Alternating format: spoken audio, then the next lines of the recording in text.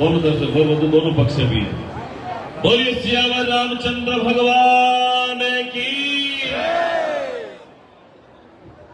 आदमी तो ज्यादा हो लेकिन थोड़ी जयकारा जोर से करो भी बात। महात्मा ज्योतिबा फूले अमर रहे, महात्मा ज्योतिबा फूले अमर रहे,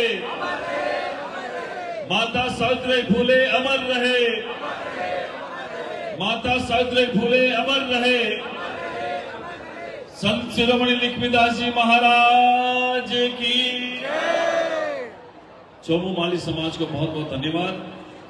आज के इस कार्यक्रम में हमारे बीच उपस्थित चोमू के लोकप्रिय जन जन के नेता पूर्व विधायक बड़े भाई रामलाल जी, यहां अध्यक्ष माली समाज विकास समिति चोमू के हीरालाल जी सैनी, महामंत्री मदनलाल जी सैनी, पूर्व अध्यक्ष मदनलाल जी यादव, प्रहलाद साई जी, ईसालाल जी पूर्व अध्यक्ष, विष्णु जी हमारे चेयरमैन साहब, गोविंद नारायण सैनी जी पूर्व चेयरमैन, नानूराम जी सैनी पूर्व चेयरमैन, जयराम चांदोलिया जी अध्यक्ष भवन निर्माण समिति, अनिल सैनी जी अध्यक्ष महात्मा ज्योतिबा फूले संस्थान, रामेश्वर जी सिकोदिया अध्यक्ष कर्मचारी अधिकारी, अनिल जी, प्रवीण जी और सब उपस्थित है।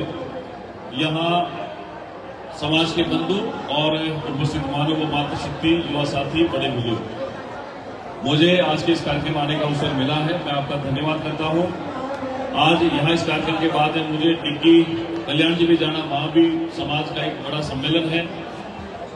उसके बाद देवली उड़ियाना में कार्यक्रम है, फिर जयपुर के बाद उधर कार्यक्रम है। तो दिन भर का व्यस्त कार्यक्रम, लेकिन मैं सुबह जल्दी 10:30 बजे इसलिए आ गया ताकि जो बारात निकल रही थी उसमें भी मैं शामिल हो जाऊं और उसके बाद यहाँ का जो कार्यक्रम है समाज का उसमें भी सम्मिलित हूँ। पहले भी मैं यहाँ इस परिसर में जो समाज का संस्थान इस समय आया हूँ और कई बार आया हूँ। आज फिर मुझे आने का अवसर मिला है। तो पहले तो रामनवमी का बड़ा अवसर है, तो मैं आप सबको रामनवमी की शुभकामनाएं देता हूं और प्रभु श्री राम से प्रार्थना करता हूं कि आपका जीवन हमेशा मंगलमय हो, पारिवारिक आपका जो बंधन है वो मजबूत रहे, सामाजिक बंधन मजबूत रहे और प्रभु श्री राम को आदर्श मान करके हमारे समाज का, चोमू का हर एक व्यक्ति इस राजस्थान प्रदेश के निर्माण में जिम्मेदार नागरिक की भूमिका निभाए, ये शुभकामना मैं आपको देना चाहता हूँ। साथ ही आज 27 जोड़ों का 19वां सामूहिक सम्मेलन है जिस परिसर में हम खड़े हैं। वास्तव में ये परिसर जब भी मैं आता हूं तब मुझे लगता है इतना बड़ा कार्यक्रम होता है, परिसर का संस्थान छोटा होता है। और अभी जैसे रामजी भाई ने और आप सब ने कहा कि भाई ये परिसर छोटा है, यहाँ का समाज के लिए बड़ी आसानी का, मैं इनसे छोटा हूँ स्वाभाविक बात है, क्योंकि ये मेरे से बड़े भी, उम्र में भी है, अनुभव में भी बड़े हैं। तो मैं तो रामजी भाई को यही कह सकता हूँ कि आपका ये चोमू जिसमें हमारे समाज के लोग भी आते हैं, इनको साथ लेकर के चले, इनके सुख दुख में हम लोग भागीदार बने और कहीं भी अगर इनको आवश्यकता होती है, एक जनप्रतिनिधि होने के नाते इनके सामने सबसे आगे खड़े होने की जिम्मेदारी आपकी है, क्योंकि यहाँ से आप विधायक रहे भी हैं और हमारी राजस्थान में भाजपा की सरकार है, मदनलाल जी की सरकार है। तो आज लोग आपसे अपेक्षा है, अपेक्षाओं पर खरा उतरने की जिम्मेदारी आप जैसे जनप्रतिनिधि होती है। और मैं देखता हूँ राम जी भाई सुबह 5 बजे निकल जाते हैं घर से जल्दी उठ के, लोगों से 10-20-30 लोगों से चाय पी के आ जाते, सुबह 8 बजे 9 बजे वापस आते हैं। ये दिल्ली का रूटीन है। वास्तव में एक्टिव जनप्रतिनिधि का यही फर्ज होता है कि वो लोगों के घर जाए, उनसे मिले, उनसे बातचीत करें, लोगों की समस्याओं का समाधान करने की प्राथमिकता रखें। समाज के नाते मैं आपसे आश्वस्त करता हूँ कि जब भी आप मेरे पास में काम के लिए आते हैं, यहाँ एक भी व्यक्ति ऐसा नहीं होगा जो मेरे से पिछले 2-2.5 साल में निराश होकर गया होगा। अगर कोई गया तो बताओ भाई, एक बार जब भी मेरे पास आते हो, ये मेरा जो बंगला सिविल लाइन्स का है सब लोगों के लिए खुला हुआ है। कोई भी व्यक्ति अगर आता है, और मैं ये भी नहीं देखता हूँ कि वो कहां से आया, मैं ये देखता हूँ कि भजन लाल जी ने हमें जो निर्देश दिया कि राजस्थान का किसी भी कोने का व्यक्ति अगर आपके पास में आता है, जिम्मेदारी से उसका काम सुन के उसको पूरा करने का हमारा नैतिक दायित्व बनता है और हम उसको पूरा करने का प्रयास कर रहे हैं। बाकी हमारा समाज सक्षम है, मजबूती में और हमारे जो परिश्रम है उसके आधार पर हम लोग आगे बढ़ने का काम कर रहे हैं। आगे भी हमारी सामाजिक एकता, संगठन, मजबूती बनी रहे। और ये जो सामूहिक सम्मेलन है मात्र सम्मेलन नहीं है, ये समाज के लोगों को जोड़ने का बड़ा माध्यम है।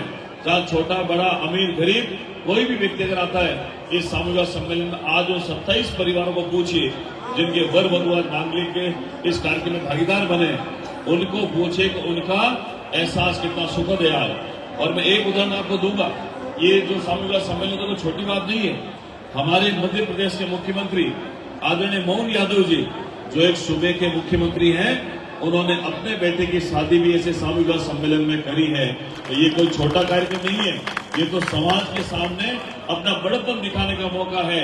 भले ही आपके पास पैसा बहुत होगा, आप सक्षम होंगे, लेकिन समाज से बड़ा कोई व्यक्ति नहीं हो सकता है।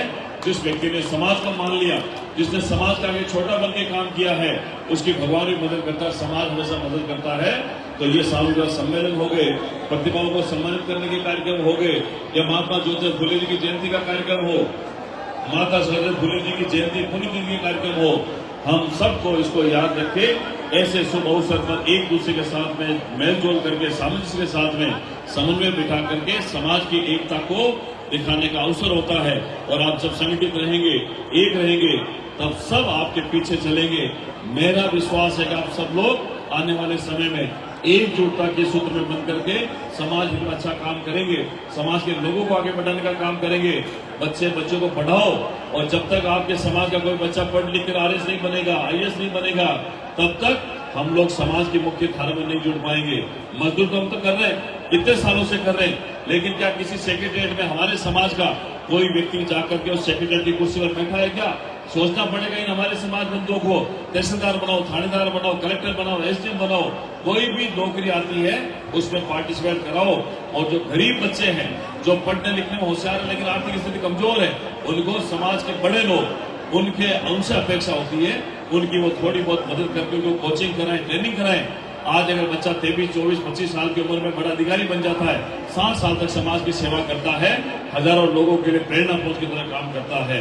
इस समाज में हो या अन्य कहीं भी देखोगे, शिक्षा के बिना सब अधूरा है। शिक्षा जितनी आपके अंदर होगी, उसके बाद सारे काम पूरे होंगे। और शिक्षा के साथ बच्चों में संस्कार देना सीखो। छोटे बच्चे आजकल जाते हैं, मूवी देखने चले जाते हैं, सोशल मीडिया पे रील्स देखते हैं, ऐसे करके टाइम खराब कर देते हैं। पढ़ने की यही उम्र है। 25 साल तक अगर आदमी अपने बच्चों पर ध्यान केंद्रित करता है, बच्चों को पढ़ाता है, उनको बड़ा बनाने का प्रयास करता है, तो फिर आने वाले कितने लोगों के लिए वो एक बड़े व्यक्ति की तरह काम आता है। इसलिए बच्चों को शिक्षावान भी बनाओ, संस्कारवान भी बनाओ, और बच्चों में गुण पैदा करो। स्कूल वाला तो करते हैं, लेकिन सबसे बड़ी पाठशाला अगर कोई है तो हमारा परिवार है। परिवार के नाते आप इनको आगे बढ़ाने का काम करें, और इस समाज भी हमारा परिवार है। इस समाज में जितनी आपकी योग्यता क्षमता है उसके अनुसार काम करने का प्रयास करेंगे। मैं आप सबका बहुत बहुत धन्यवाद करते हुए, आपने जो सम्मान दिया है उसके लिए मैं आपका आभार प्रकट करता हूं। फिर हम जल्दी मिलेंगे, समय समय पर जब कार्यक्रम होगा आपके बीच में हाजिर होगा। और आपका कोई काम हो तो मुझे जरूर बताना। 24 घंटे मैं आपके समाज की, आपकी व्यक्तिगत हो सामाजिक उस सेवा के लिए तत्पर हूं। और मुझे गर्व है कि चोमू के अंदर इतना बड़ा सामाजिक कार्यक्रम है, सब लोग एक राय होकर के बड़ा उसको सफल कार्यक्रम बनाने के लिए लगे हैं। पुनः माली समाज चोमू को धन्यवाद करते हुए इन 27 जोड़ों को बहुत बहुत बधाई देता हूं। प्रभु श्री राम और माता सीता जैसी आपकी जोड़ी बनी रहे, आपका घर अयोध्या बना रहे, और एक दूसरे के साथ हम मिलकर के आगे बढ़ेंगे। इन्हीं शुभकामनाओं के साथ में तमाम विवाह समिति का, सम्मेलन करने वालों का, भामाशाहों का धन्यवाद करता हूँ, मीडिया बंधुओं का धन्यवाद करता हूँ, समस्त जनप्रतिनिधियों का धन्यवाद करता हूँ। इतना बढ़िया कार्यक्रम आप लोगों की सामूहिक उपस्थिति के बिना नहीं हो सकता था। फिर मिलेंगे, बहुत बहुत धन्यवाद। जय हिंद, जय राजस्थान। बहुत बहुत धन्यवाद माननीय मंत्री जी का। मैं क्षमा करें, एक बार